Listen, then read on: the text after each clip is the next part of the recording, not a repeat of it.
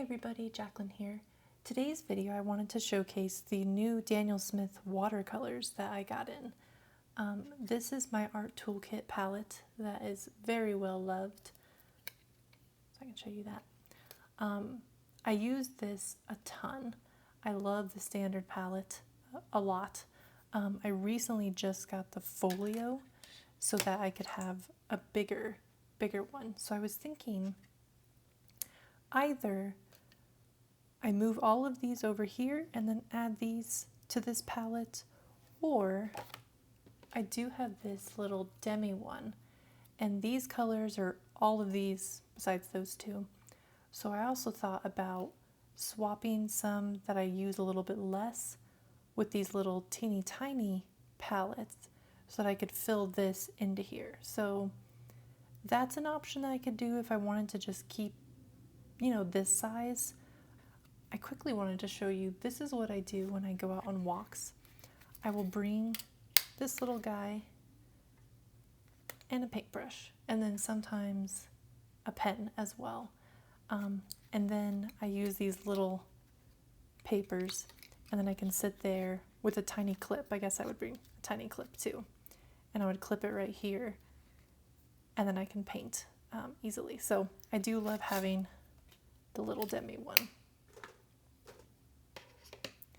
But for today, I think I'm going to fill these guys and swap some of these over, and then swatch out the new colors for you. So let me go ahead and get set up.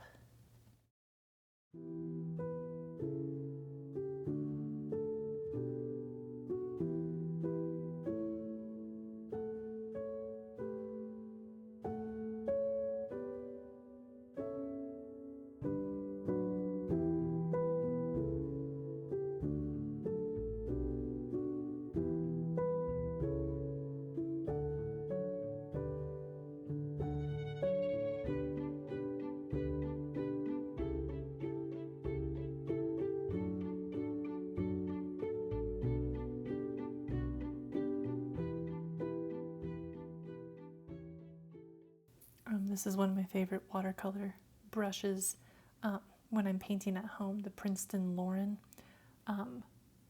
The bristles they spring back a little quicker compared to my Princeton travel brushes that are a lot softer and more bendable.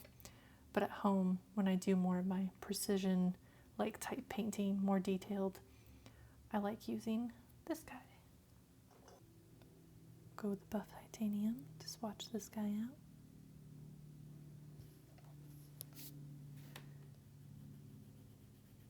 It's like a super natural creamy color, which I am a fan of.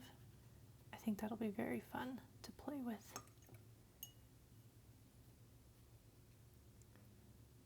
Then we have the nickel azo yellow.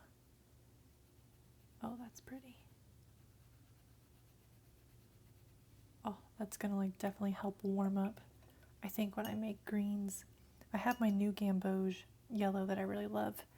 I think this will give another dimension to my greens.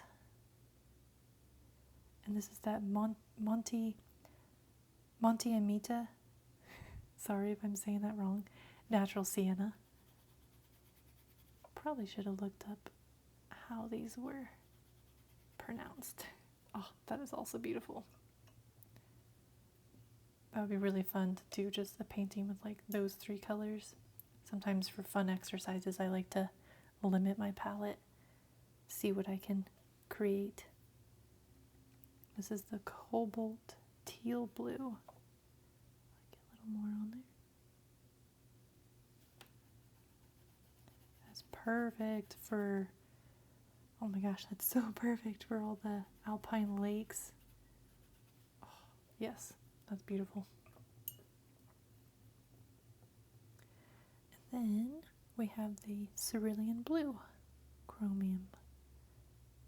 I also saw an artist use this where they would mix it with pinks to get really beautiful purples for flowers.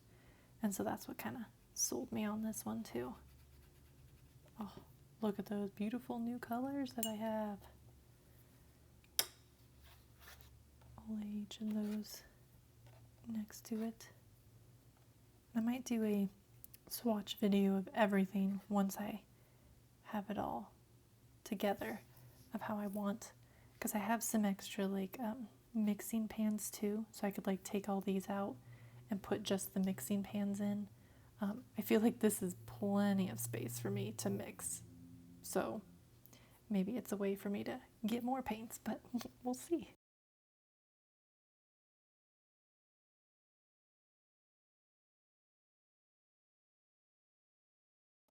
Here is the final palette that I have, and as you can see on the right, I put more mixing palettes in there since I have no more paints. And then I also made this little swatch card here where I numbered them, and then on the back I wrote what all of them are. So you can screenshot that if you want to see what colors I'm using. Yeah, I like to make these little cards to kind of pop in there, just so I know what colors they are as I am learning all of them. Here's the final palette.